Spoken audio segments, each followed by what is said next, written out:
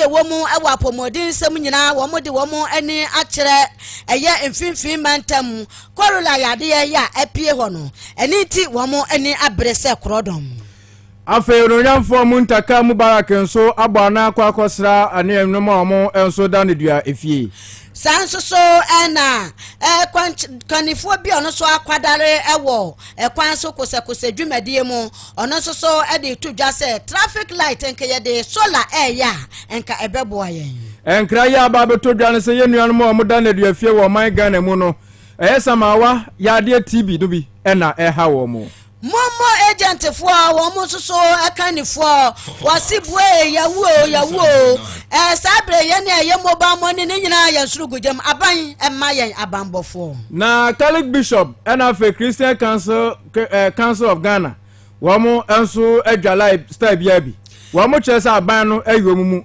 ewo educational forum ni mu we ene sama hodo bi ene kuta ye premoto breka se boy ma ye de esomwo ye ne ayesomwo eye oforedoma the super duper international woman ne nana ya opon checheku otafrija afi kasebo no nchiremu ni Onyanfo Mubarak muntaka wono na ye osofo hwa amana ne ensem so na meno ka se wabo anan akosra ye nuanom a womo ehwe ne duafie eso eye Ghana Prison Service womo headquarters e won kran popuri mantem na nana monto ni na ejina se wono ombenya nkitaonde na womo hunu womo dwuma no mu se de ye na de hia na de betumi abo mo dwuma no akoso no eti ebra muntaka Mubarak kokosra womo no omde tudwa se womo dwumadie ni de womo hia na ma bebre ewum enam so ma muntaka Mubarak nso bo ma ba so dwumadie sonkon no ya womo eye eresoma ban no womo etre biom se womo dwumadie ya womo edie no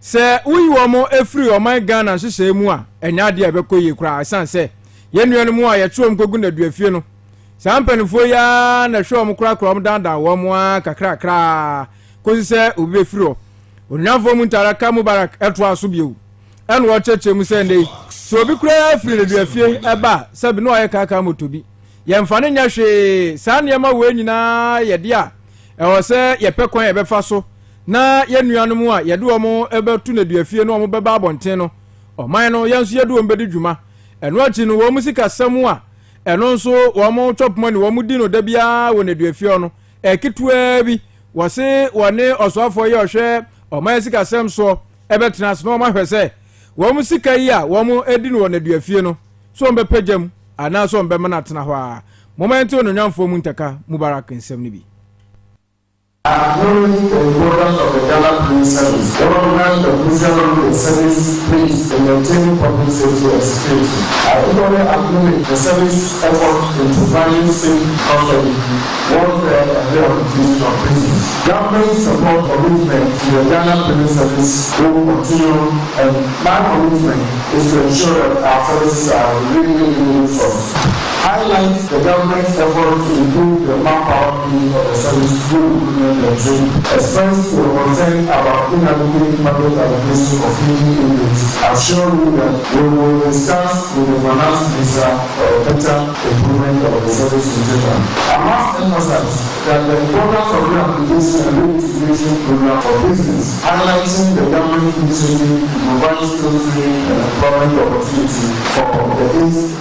We must also, as government, do whatever we can to ensure that we prioritize the reproduction of the prisons through the implementation of non-Australia sentencing options. Coming into the ground and looking at the environment and looking at the kind of people that are playing.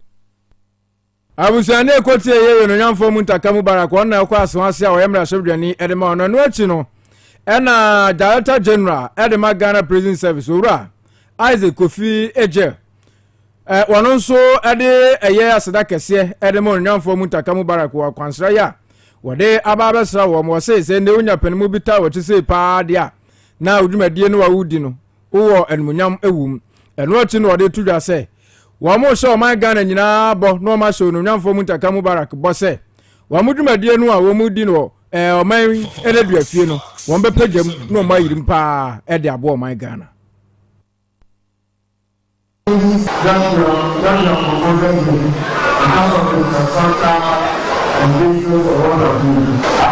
say we must modernize the basic infrastructure. Including the development of digital record keeping system, foundations and education and safety programs. For some, I can imagine the stress that we go through every day.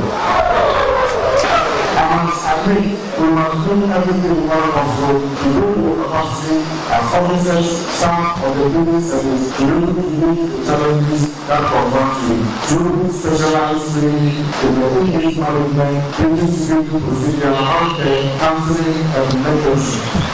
We look forward to your support in our quest to provide green and secure custody for victims, while also preparing them for reintegration into the society. Our challenges that will require your attention in crucial medical situation, disturbing poor conditions of service, and the need to improve village rehabilitation programs which are already been submitted to you.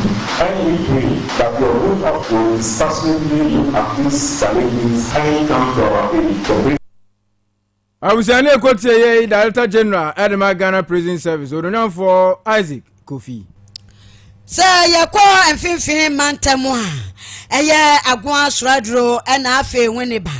Ayam tio yade no esi wono mo ye nam so ama apomoden asuye ye no osoafo awoda no ona abokwa braminta akando ena afi akwantrefo mpanimfo ya woka bi ewomu ewo apomoden ensemu omunyina de womo ene akira wono mo sebeya ebetimi aboa na yade yi yetumi aso ano ase enipa no bi ewu enenti womo ene abre na ebra ona abokwa braminta akando ne mpanimfo akoko dam ekokoduru wono mo no ena wobo apomoden aso adwuma yefo no abaso se womo ayade papa onyankopon nhira womo na mbom no etrenya nti ye nya achesoa eni nti womo enkoso a na womo ema womo eni na ho esanya adumaden se be ya ebetimi aboa na enkabomu ene se de womo aka womo tiri apam ho no ebetimi aboa ama yade no eto etwa na kwankyerefo pani asabire wono na wo hwe akire eye dan acting director general so ema apomoden asoye no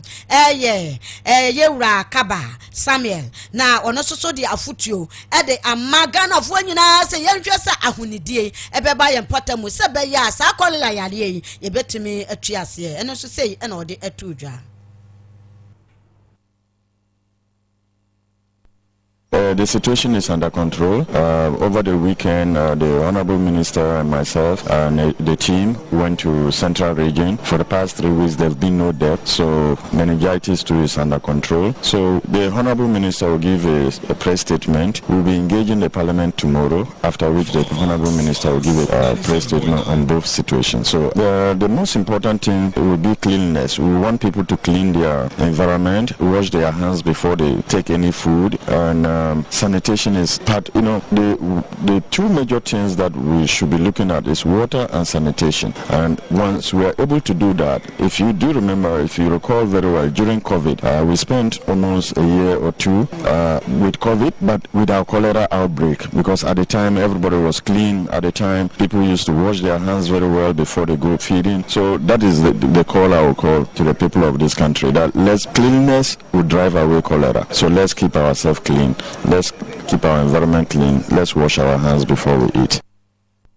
Eni aye kotie ye aye kwankyerefo panyina sabre wo hwe akire ema pomoden asoye ye no owura Steven Samuel Kaba Twakase bonso ne akoyanim na aye public head officer at the Mass Secondary Central Prisons DSP Jacqueline Osupra wo de atudwa gba amane awie se ne tuberculosis yade samanwa no ayade edu omunya pa ye nuanom na duafe ye omoda aye secondary prisons wo no eno no ogba amane ese ukona duafe ono mo amprempren no kasei enipa maako edunum 15 eno omanya tuberculosis sa yade samawa no ebi na wase wo mo aka kura no a wo mo de mpieye mebi nso wo kura no wo mo de apiamo wo mo maduro ema wo mo so ano de wo mo kura no eno nso nya ketua na eno no ogba amane ese we de atokodo enti abanre so no mrem se de be ya wo mo ehu betumi ato mo sanse sa yade no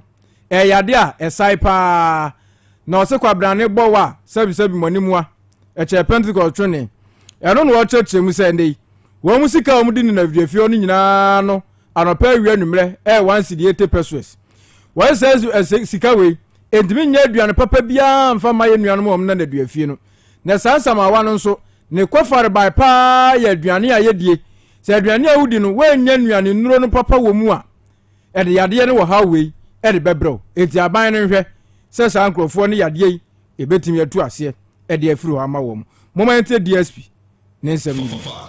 Now, as I speak, we have about 15 inmates at secondary central prisons. For now, they are taking their medications all right. But you know, as for the medications, it demands a lot of food. And you know, our current feeding per person is 1 cedi 80 pesos. And 1 cedi 80 pesos per 3 square miles. And imagine how the food will be. So sometimes it's a challenge for us to, by telling them to take the medication, it's like by force. They don't want to take the medication because they don't have food. And I agree with them. Because if you are not taking anything into the stomach, why can you take this medication and it will make the person so weak?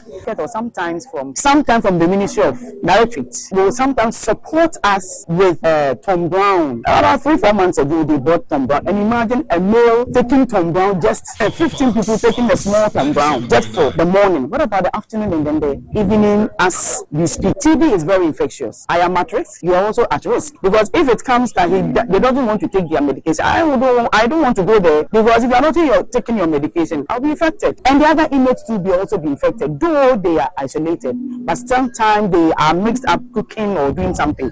So if they are not taking their medication so seriously, the whole system, we are at risk. So that's why I'm pleading that at least we can get a support from helpers, philanthropists, community leaders and all that, from the government and all that, so that they can help us. And the Tom Brown alone, it's not enough. As a Abusa otini ya DSP Jacqueline Lewusu na nochi no na Metro Tuberculosis Coordinator William Kwasi Blanson wono nso di bi nso so no ochese o yade na asa yehunu sa na yehunu kete sa nanso wo yade o dangerous pa se empenifo anham form na nsi form so mbesi sa yade na no a yebebo yani ebekata no na chese o yade na tretro man Ghana mu na de ade hye nyina e ko nse do etiyanwe sa yade ne betu anamon tentem na yetimi etu ase e de afiri na duafi o moment yewura Williamson so de ni bi.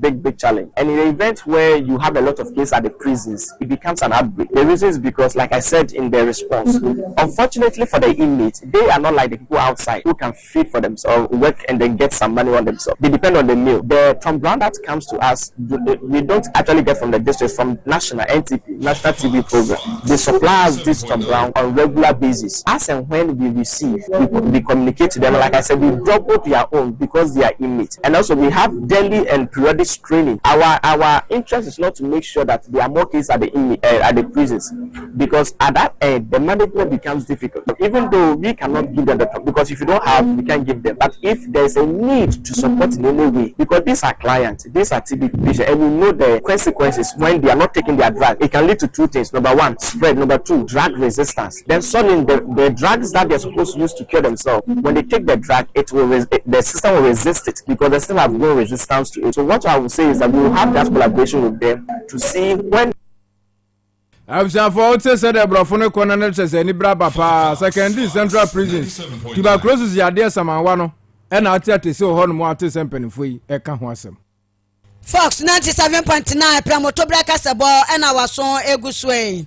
Now, a Deputy Communication Director, a Mental Health Authority, a Dr. Josephine Stiles Dakum.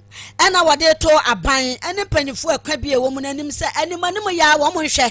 Now, Abadam for a woman to say, Ewo, Yam Brono so, Yam Persia so street, I would do also at Tiago Cromono, Yam just a bit to me, you woman. Edwamo akwa ayare sabia anase wo ma ayare sabia o sebeya ebetimi aboa amma wo ma o ma adwene mu aka wo mo no o mo nante montre so basa na wo se wo hwe se de abodamfo yi wo mo adwene aka wo mo na wo mo ni nipa nyina adi foot fly abo adabum na ya ka bom wo kuro yi mu anase montena hodo so a eya na anu oden eya na ehu wom na ena no paipa be ma kantinka bi pa wabodama na wo gina dubri pa akasem hine anim ho no no na me akasem mani born so no na kyase nya mianum no kurani wo me yema hyeme prekope na san krofo ye bi wo mu kutakuta ne yema ebi wo ho soso a wo ba wo tetintasuo enema basa ye ne wo mo abo adabom ene nti ye ma me Josephine say empanifo nhwe na yenyi wo mo efi emontene so say ena wo de atudwa. The Mental Health Authority is responsible for mental health in Ghana. So yes, persons with mental illness who are on the streets, yes, they are also a priority to the authority. There is work being done. Obviously, we still see people on the streets. So as I said, there is a lot being done, but there's also a lot that we still need to do. The Mental Health Authority, as I said, through its 3 main facilities in Ghana, attend to mentally ill persons. For example, if someone has mental illness and they end up on the streets, if they are brought into any of the mental health facilities, they are cared for. There are social workers who are attached to these facilities to help trace their families and all that, because we know that these people can move far away from where they actually are situated. So we treat them first and then we trace their family. We try to reintegrate them into society. The Mental Health Authority has programs that I know you know some of them. In the past, the authority has gone out to actually get some of these people from the streets, bring them into the facilities, treat them, rehabilitate them. So this is still ongoing, even though it's a small scale, again, because of the funding. Eno achino eno wasan edi tudwa se edambo no enye ba akofo na ne nanane abrewa se nipa ba akobi wa na se nipa bi wa yayi wo masi wo so amdo mo ya bodamfo ebere bi ebesim bia ebetimi ato wo bia eni nti se ye yanyiyimu ne ne ma no de enye ade a ebeboa wo hunu bodam ni a na se wutumi eboa na se ye kọ wo mo ayale sabia ho ye de wo mbegu ho a ye mla meso wo mu na ye meboa wo na etumi eto wo bia eno so sei eno de tudwa. Mental Health Authority, through this campaign, is reminding all Ghanaians that mental illness can affect anyone at all, and therefore we should fight stigma. We shouldn't discriminate. We should rather include and support persons living with mental illness, so that together we would make Ghana a place where mental health is prioritized. Yeah, Mama Josephine. Still dako ono ena yeko ekokotie no. Dwumadie bi bekoso. Dwumadie no eye February abosumi ne da to so du otwene edu enkron. Eno ye education forum. Na sa National Education Forum yi na Ghana Catholic Bishop Conference and afi Christian Council of Ghana. No mo hwese nkedin ye bobodin no a na nke be bom din wom na nso wo mo hwe nkrata no bie page 1 page 2 page 3 saa koya nso o ma hu omudin enom chese ade na mpanifo amfo omudin am na sa Education Forum no a mpanifo yi wo mafrim ebe ha papa he be ha nwomasuan ne se wo mo nwomasuan mu a eboa pa ema nwomasuan tumpon esansa adwenkyere ne kasakire ya wo mo de ma wo nwomasuan mu no ekon kan pa na Kofi Asare cheche mu se enye se bia o ma yi wo mafrim na ade no wo mbekwa akoye no wayi voter region framantem ya mampanina ebeka kasa wase ebansa nso a ese omoye zona eno no se omoyu omohunu se omo nka ho na se bi omoyu omafiri mu Kofi Asare ne nsamtwofo kasa bibiri mumayentie bi Forum will be launched today in Ho by His Excellency the President. After which we will start zonal consultations in all the regions. Today is the launch. I'm aware of the statement issued by the Catholic Bishop, but the Catholic Bishops have confirmed to us that they will be here this morning, and they are actually on the program in Ho. The strategy of the planning committee is to have a separate zonal engagement for the religious groups, for they are the highest number of people within the community. Over 40 religious groups across all faiths, either owning schools or investing in education. So that will be a separate engagement. I have a copy of the system, and I'm saying that as part of our engagement strategy, we are scheduled to have a separate engagement for all faith faith organization. That is because the FBOs establish about 40% of public educational institutions. And so their number is huge, cut across faith. And so the strategy is to have better engagement for FBOs, okay, at the national level. The second strategy is that during the zonal level of engagement, we invite FBOs at the regional level to participate. So as we are here, I have said earlier, and I'll repeat that the Catholic Bishop, for instance, will be participating at today's program in Ho. So the statement actually, I see it as a communication error because the Catholic Bishop will be on the program here today. I was a coffee salon or church, was it, and a woman a launch and no from Mountain Movia. One mobile zona engagement, zona engagement, and as Alice the neighbor. Ye bones are a year Catholic Bishop Conference in a Christian Council of Ghana for no woman, a woman, Timor, ye knew woman free. Afe ye nane ye ne na ye nko mobile money for asue ye na dwamtrane ya woda mobile money agent association ano e wo manyimu eye owura Joshua Edmondson eno wade ya baba to jase wo sra banyo mobile money agent for wo nyina kotojo egu fom wo musegu wo muti e de ayamuhihie e de osun ene awira wo etiem afra ban ene panifo aka bie wo nyina nse wo mobile body ano den wo nkwa dansen yem ene nti aban no emma na ne nya ha na enya na asemhia na wo ma abambofo se be ya ba bia mobile money agent bia wo bia aposifo ne na ne nam no mo se be ye betimi abo wo mo adwuma ne ho eban na owura Edmondson e kirechire mu no wo kire se mobile money agent no omo eboa Ghana pa kane no wo bekwa akotwi woto ase wo bank saa ko pesika akoyi se be ye kura benya kwan no akwa adwuma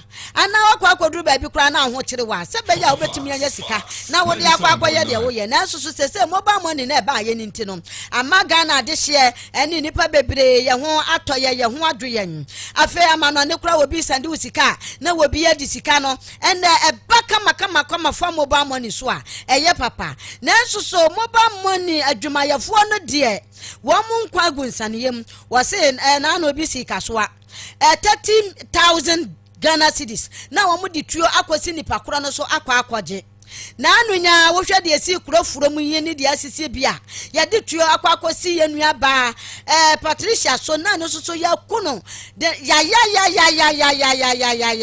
na wo se wo hwe mobile money agent for no bebra ebia didi adam esa se ya prepre bi ebi nkwa ensoso kura ahwere no afa ebi ensoso kura no wo ma basesa esa se sika wo de ya adwuma no eno soso nkrofo age afiri wo mu nsam enti aban wadaworo ma hia adwuma ne ya betimi eboa wo man eninti ya ma wo mo bambo na entimi emwa wo mo yenko na yenko nkotie ne nsam no ebi Obey business no your friend is business location now business location no here in terms of security wise no baby a nipa HMO visible onya a place a cover your friend is the obeka say bia for lack of better say container me nko senya container poor e was say baby a won ye baby a say you onye so expose the customer and know you are very important the BM I was say allo no utimi ehunu sebi said ye bambo semtie won say baby wo ha obeko sebi weni ma wo say usha environment now to say sebi to trust them a dozen yes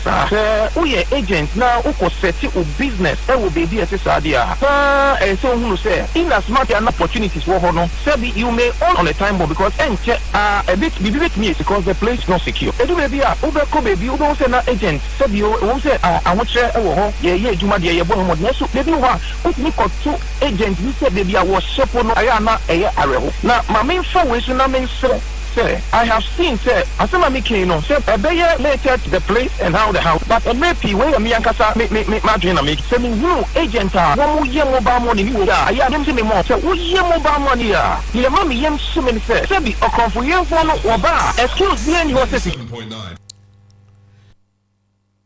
ene a ye kotie ye ura Joshua Edmondson ono ene Dwamtrani ya woda mobile money association of Ghana ano na futu odeko ema Ghana for wo ye mobile money no na desre die titiro no so ese aban nhwe na wontumi emma bambo no visible police for no yemfa emma wo mo na police wa ha ebetimi abo wo mo ho eban na wo mo soso aye adwuma ama Ghana na wo soso wo ye agent na sa wo soso wo ye adwuma na wo ankasa soso ehwe wo ho eye na pensioners bondholders enso ayen centrofo nhyiamu amomne centrofo akasa na Dr. Eduana Niantwi ena we convener won de gina mukasa ma wo mo na edikan no mde tudu ase edikan won bo aban no abaso na ekire se bo amo no ba na wom sika bi a watua mom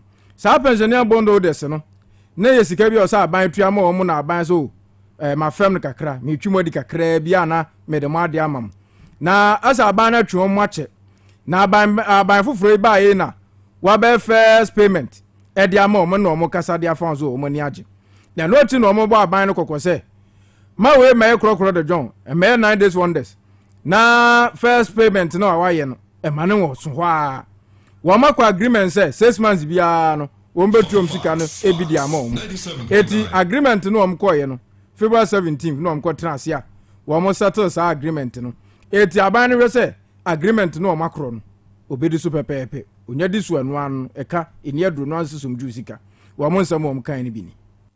For this new government, this is the first time that they are going to pay.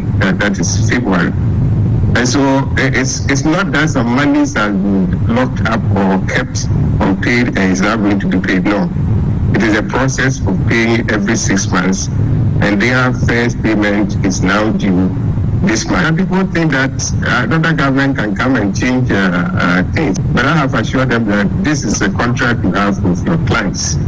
And then again, you see, when government goes into such a problem, the only thing government must do is to ensure that it does its things right to gain the acceptability of investors stay with you. You have to make sure that you don't fault. I was Dr. Anane Entry or a convener Edema pensioner bond holders and the Kasai.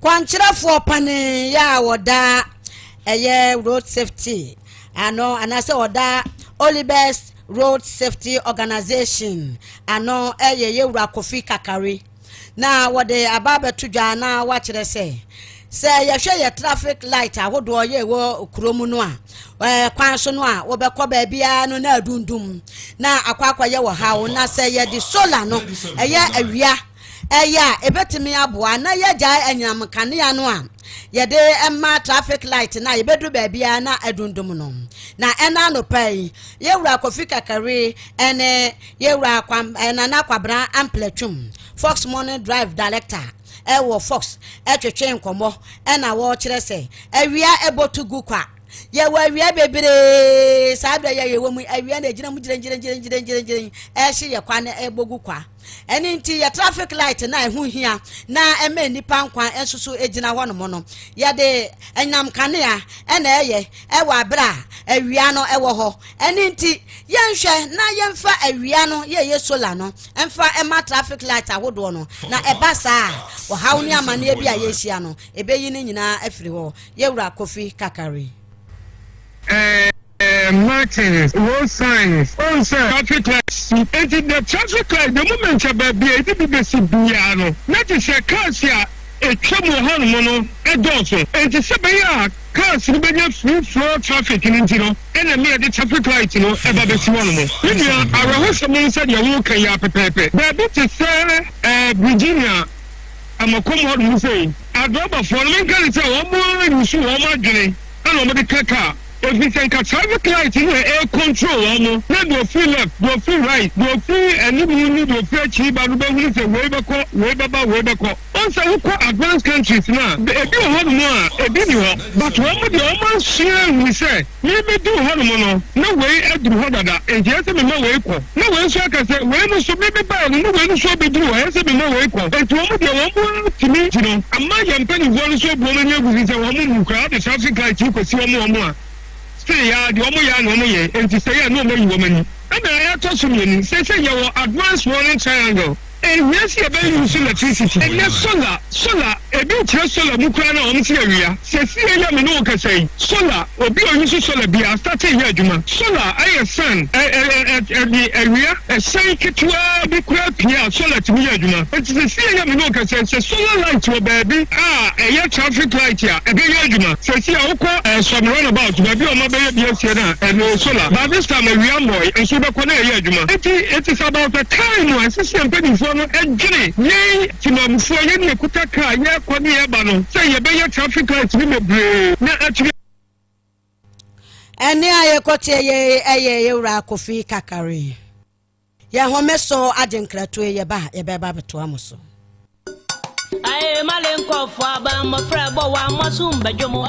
And Yarwa would one night be a while to meet it that Sanimo Hokatasu Crown to me now. A wap a poom, minimuya, any hunimusio. Nami Betra and wardrobe. So Kaisa Pokufama coffee wardrobe by yes, I say was signing for Fraba, Malenkoff cough syrup, a wardrobe attache was Sumunia in Rockwood what to say. Clofin ramen mallet, mental, and a dive and hydramin XCL, the dear Gumu, and Tianua Dane, a 2-1 per point centum so Malenkoff Bay Yama Mino minimum daho, dear Pepuni Pepumbra Fuabanon so Uhia Malenkoff. And Quadanta to feel 1 year Dantamuswa, Okatasua, 1 Katanti, 1 to Minano, what here Malenkoff. Aquadawa no Malenkoff, a drone Okatasua, Wadana ho, 1 Tinanina diatre. Malenkoff baby, I am a motor for a Frabusumi and Sa Edicosia Feso, Malenkoff Junior, Suya Dantamodia, and a Malenkoff adult Suyam penning for dear. MNG Pharmaceuticals, no, yeah, Malenkoff a droyi, and Yana or may pharmacy shops and a drugstore hoodwomu, at to form Frepoku Farmer, Masi 051 64221 and crying. 021-272-223. Poku Fama! Ya Pomodin Farabine. I say, or from audition by Frankie Taylor. My pony, Shepherd, you ever play our live band, the Plaza. Have a plus live band time. Our Fox 97.9 FM. Every Saturdays from 1 to 3 p.m. Have a plus live band on Fox FM. Power to you. Unipure herbal soap. Unipure herbal something to me pimples. Ayamni nankama propro.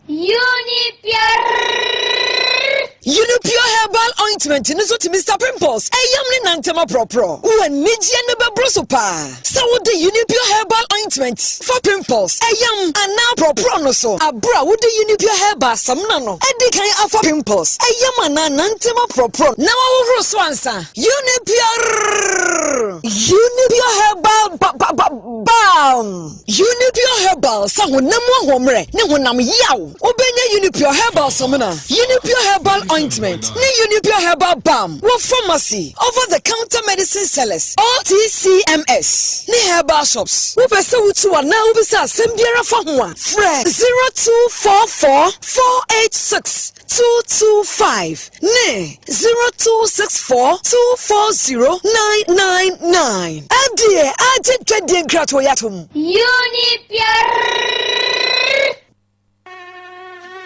Hey, say a kayampa, said that you be trying to give him, and Tuntuma big Timmy rough, a true baby crown. Come in this summer bush for a son say, my trying Tuntuma drobebre, and so still, as you woman until send me discover Fox Mosquito Coil, Fox Mosquito Coil, and only my chinkwa, a boy, you my papa, na a shamso, and you just say, put me soon of them, put me soon upon thing, and so see it down enough for them, and to know bush ya bedda and naho. Dear Nim, and ye dick one dance here. Kaise, Ubenya be shops a hoodwoom, the open door to and crying, Kokenshi, Kumase, Babsap Enterprise, and we're doom, or was it for 055 5216 909. And now Koforidia, Obe to Miss Wafraye, it was 0249 108230. Fox Mosquito Coil, Yabeda Enya Yasumje, FDA, Aji Egadian Kratwe Atum.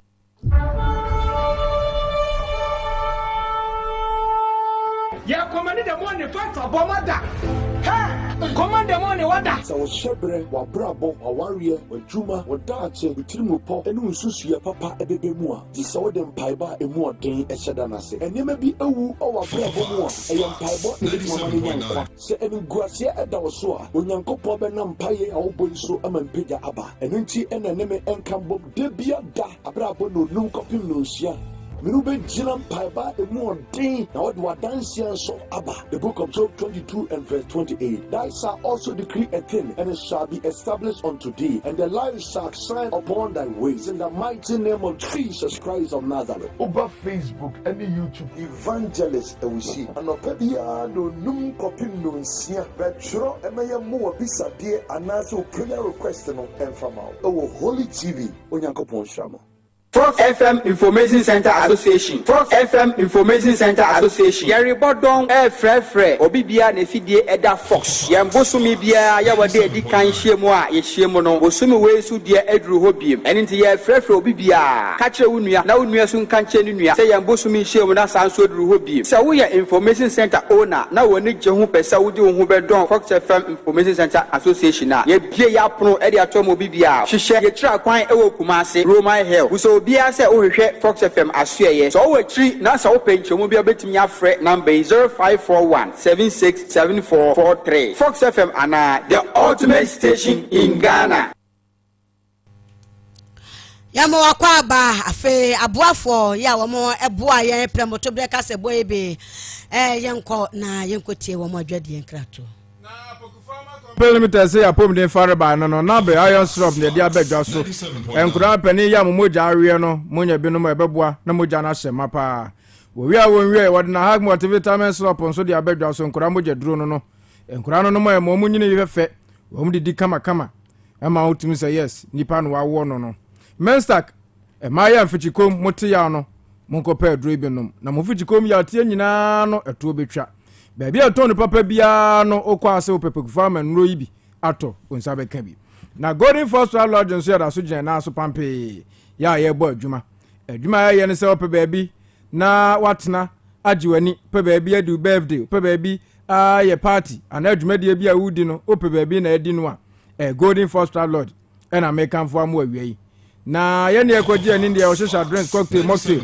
and a pool table ho and they say open premiership international matches ni nyina hwa na ya blaster ye wo matches boy ye ba be ni nyina mo ahwe this a golden first lodge nko a eni be ya mawo na ye adwuma eduada kosi ukuada no e yanopa no ndu ni apon numere no ndu ya wada kosi kwasi ara de kejai e detu atro pem to bre ni abomu a kopem tam a wa nkasa avre papa mabre me kwa akoda na golden first lodge ye wo Fox FM achiri ho anase Prempa Assembly Hall nchen ho Kumasi asem ne yeken di mo amorhwe no betimi afra homen 0200313444 0200313444 na onien abonkomo Amozo heba clinic so frewo Dr. Amozo wase wa ye pennies doctor hey bema obedo mema sam di ama ye fra wo se bema no eye wo bema ye tua wani mu no wo tadua no na wo se afon aye kete ay panyimo wo di abo wani ma sa akwada keto bia di ye te se nkunuma bra na wonya ne kama ma na anika emra fie ebi so a na wodwonso a yade bi firi mu ba ensuo turu kan bi ene ma sansan gugugugu ho afi wo bema ni ntumi mmo adwuma yie akwakwa ye nsempi wunya duro kura wo de be kan wano anase wo be sha konfo se bra na wono de ya mana boso bodie pa efa mema ye ho ya ekura no a obi antumi nyimfire ni nsam ene nti bra na wo be ma no fa be gya no na bone ommo ne ho ban emfa emawo wase baba so ne ha wo eye syphilis anase wo be ma no aye asini trase aye bibie wo hobi na so ese gina ne na so eye ntini ye ese epaja eni ti se kwakoto fom de a ene na waka kire be ma fesiatica so na etete wo ana se wo de bo ani a kokokokoko na ne ma agi agu untumi ntwa kwanse tenten sisi yade na ha wo eye osa ana se wato ensam tentan aketesu tiwa ana se gla esiwu yam Bamada so beko wo no mpemu na awi wo low sperm count na ha wo utumi etobo so utumi kuma no ma afi koko na ha wo ana se stroke a bamada se amuzu heba clinic wo beko no ho ya ma wo yade edin a bere na yade ye adwuma enkyere se amuzu heba clinic wo mutumi sa wo yade no omo wo afidie ahwentahu no ehwe nipadua no mu yi yade bia asie na amanu aduro enti ene de eye expert prekope contemplantem kwa ho na wo yade eto entwa na wasi kumase omo watafo nhyaye so moro market ho no mo a omo ben ho sunyanye area 3 enkran enso so eye medina wone main station ho wone mekom no na eboso wo ho no mo a frɛ amuzo heba clinic mpanyifo Dr. Amuzu no a e wo 0247 776743 0247776743 amuzo heba clinic say yade nyina last stop ne ho kokoja yale ne to na fa ahosan ekofie aha ene yade mo esi na osamufo eyeye wura ben anson afi ekoba jasi chief executive producer ema ya wiai abra kura du chei ni